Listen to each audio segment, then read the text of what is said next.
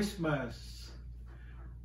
Naimbag nga oras yo amin kakabsat nga dumdumgeg kan mang-follow kada kami ti Facebook at dito manen ngay danon mi kada kayo ti JRM Ilokano Bible Study ket dagiti upat nga bersikulo nga i-share mi kada kayo itata ket aggapo ti 1 Corinthians chapter 1 verse 27.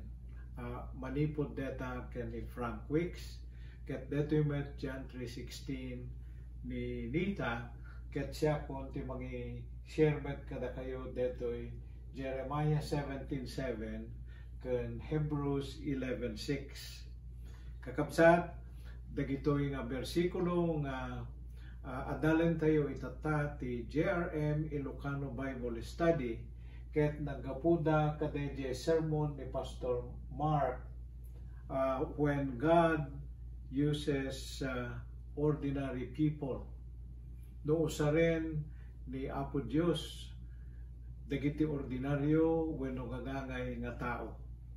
So rugyan tayo nga ro ditata ti dumgeg kadigiti i-share digiti kadwa tayo gi-present idatang Arabi. Hello, kumusta kayo manin Apo? Kabalaawat digiti regular nga mangbuybuya kada tayo ti JRM Ilokano Bible Study. Hi kapid Alipia, ken ti pamilya ni Alicia Badua dito Eva Beach. Damanang Benita ken Manong Ricardo ti Waipahu ken ti pamilya ni Edita nga anak ta ken ni Liserio. Ay antisiding Valencia nga buybuya dita Waipahu ken ni Manong Pelino ngem ni Ines Poronda ti mga open ti Facebook na. Isuda nga dati ti umay makibay Bible study dito'y Balaymi, dito'y Waikele. Ngem gaputa la Facebook ken ti pagbuybuyan da kada kami gapu ti pandemya. Alawon, hi, konak mo, tadaak dito likod. Kablaawak met, di naayat ng supporters mi dito Facebook nga si Anus, nga mangi-share, di post mi. Ni Junior Mamaklay dito Canary Island, ti Kanayon, nga mangi-popos kada kami di grupo nga Mamaklay Bloodline, nga bubuklen ti almost 1,100 members. Yeah, agapilyado ti Mamaklay nga. Kanti asawa na nga ni Lydia. Sige. Nga warwaras, nga duma-duma nga pasat ti lubong. Mga kablads, kumusta kayong lahat? Sa wakas, meron na kayong mapanood sa amin na English version ni Past Meditation. Lord willing, at i-post mi nga baro intong bigat. Babatiin ko rin ang mga tumutulong sa atin dyan sa likab ni Belsiha.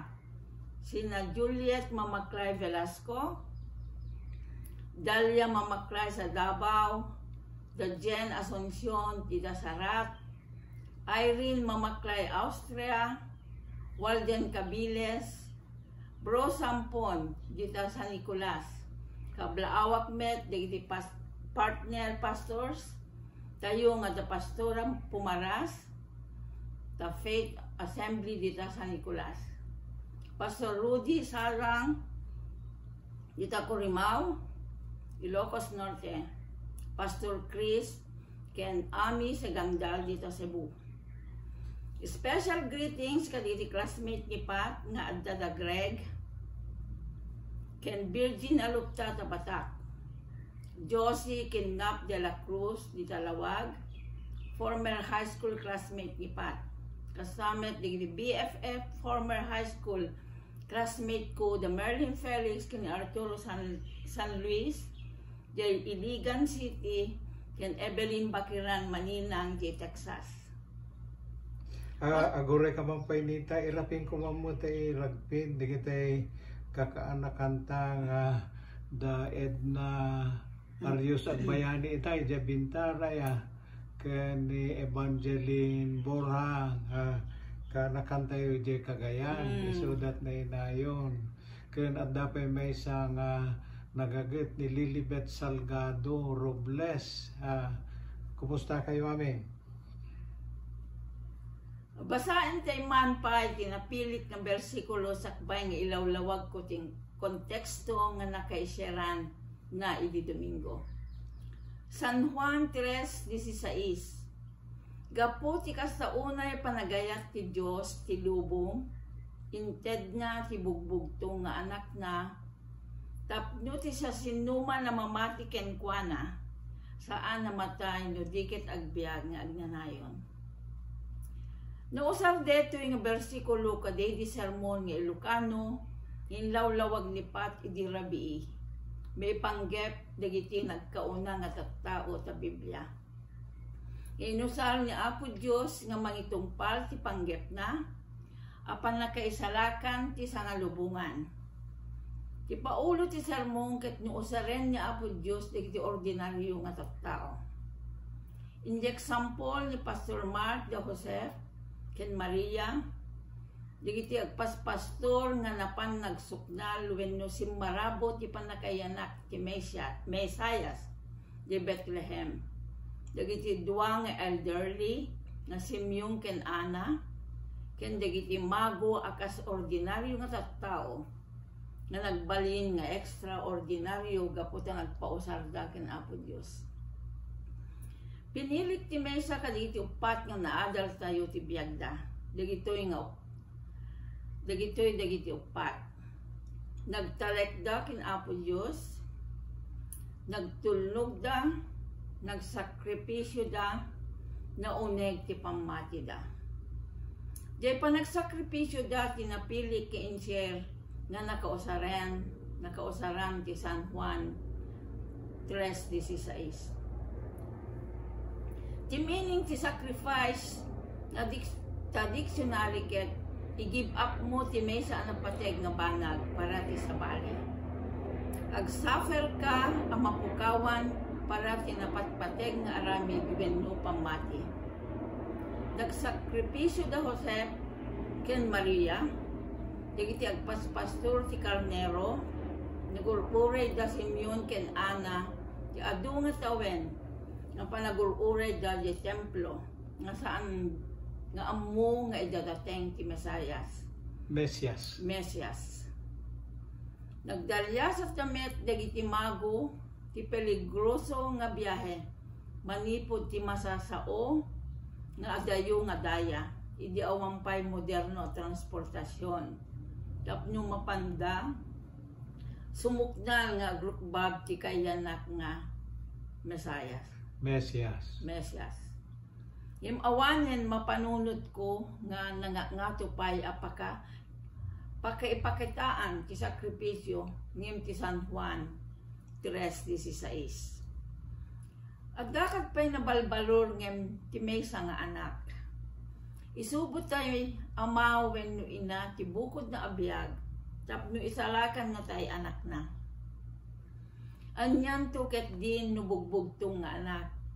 Kakaisuna nga awan sa bali, and yet kasta ti inaramid ti Dios Ama tinsagot na ni Apo Jesus at pangisalakanan ti sangalubungan.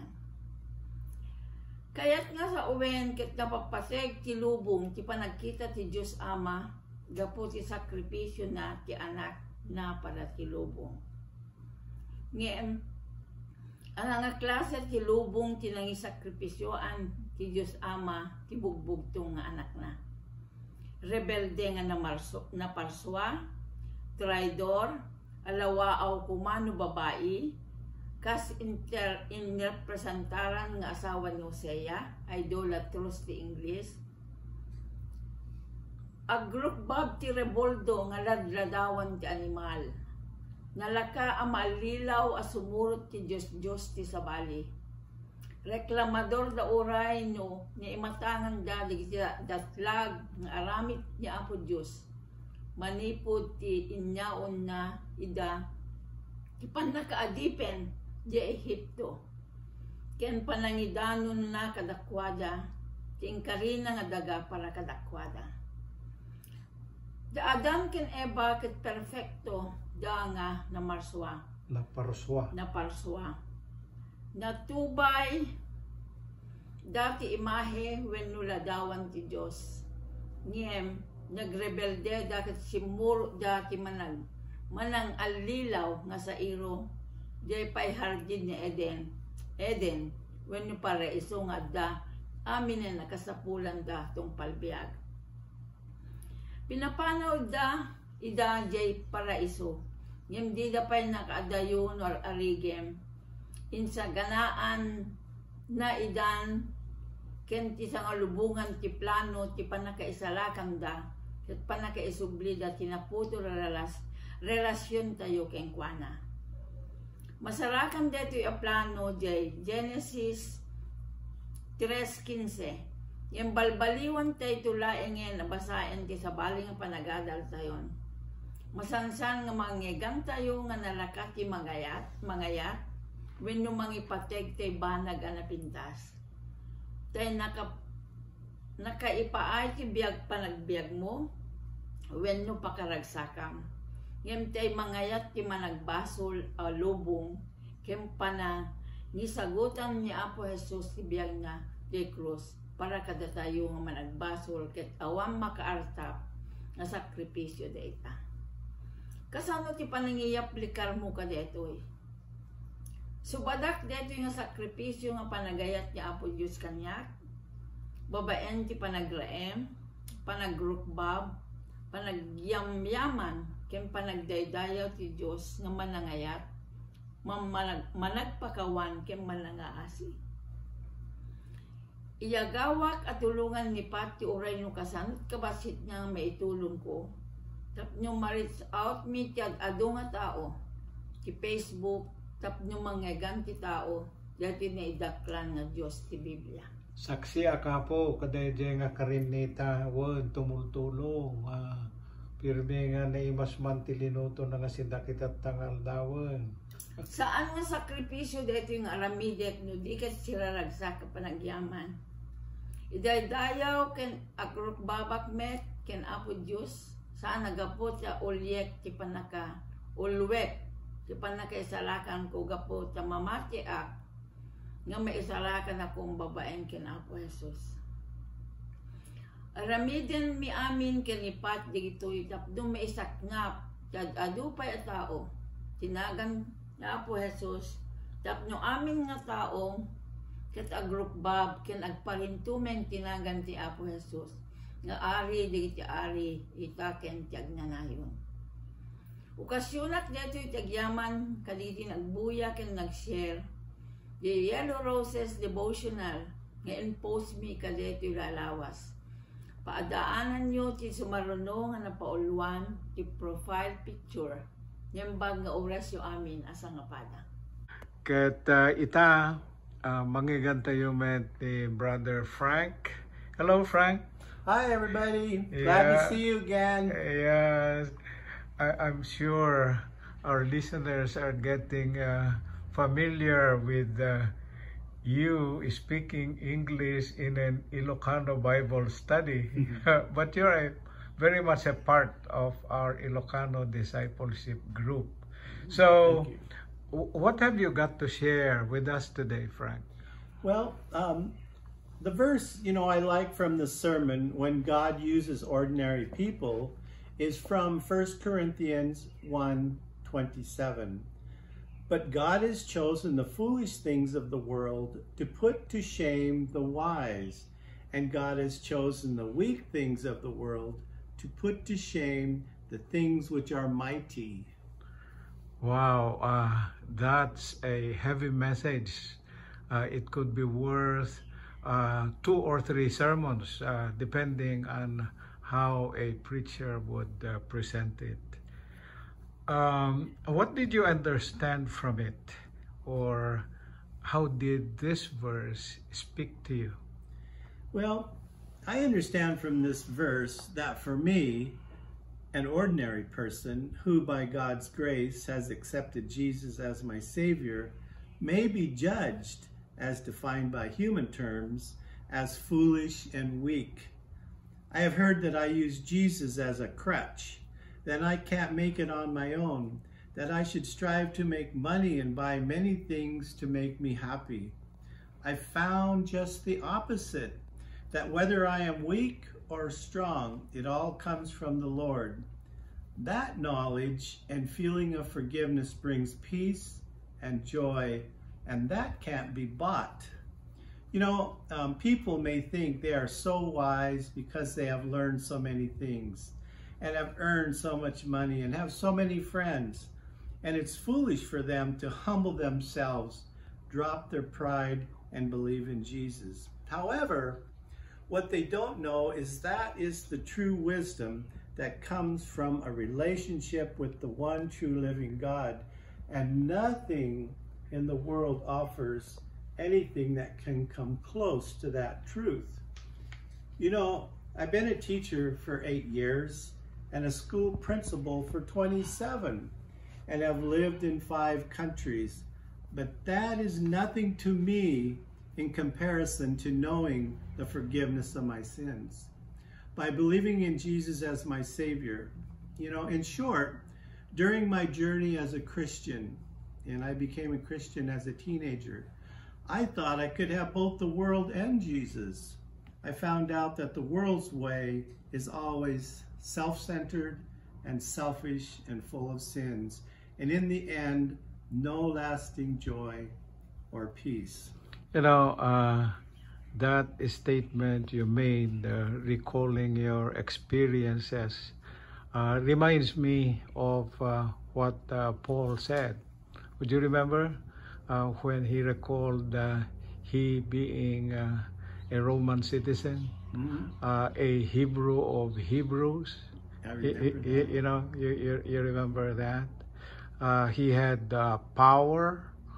He was going after Christians during his time, and his word could spell life and death of the Christians he was persecuting. And yet, he considered all these things rubbish compared with the knowledge of knowing Christ. Yeah, I agree with him. Okay.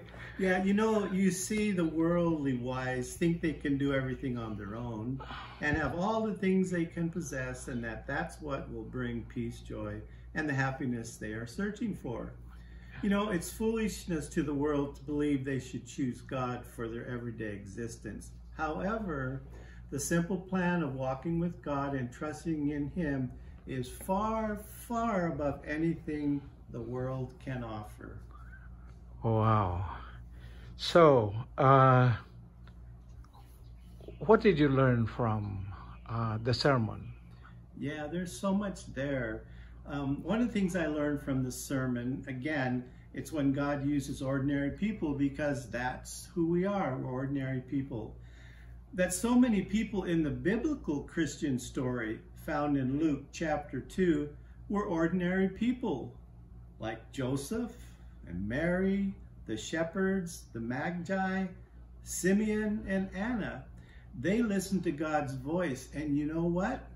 All of a sudden, they were in God's indescribable plan to again have a personal relationship with Him. You know, I learned that I too am a part of God's wonderful plan. The plan that changed our relationship from being separated from God to having a daily walk in fellowship with Him. I learned that I am to trust in Him, have faith in His Word, and walk daily in His presence. Wow. And we'll go to what we oftentimes refer to as the meat, because do you remember what James said about faith? You know, so we can learn all these verses and know a lot of things, but faith without works is dead. Faith without works is dead. For the benefit of those who hasn't heard yet of the background of Frank, you were a missionary before, right? Missionary, yeah for 10 years. Yeah, in Taiwan. Yeah, that's why you were in Taiwan. Yeah, you see.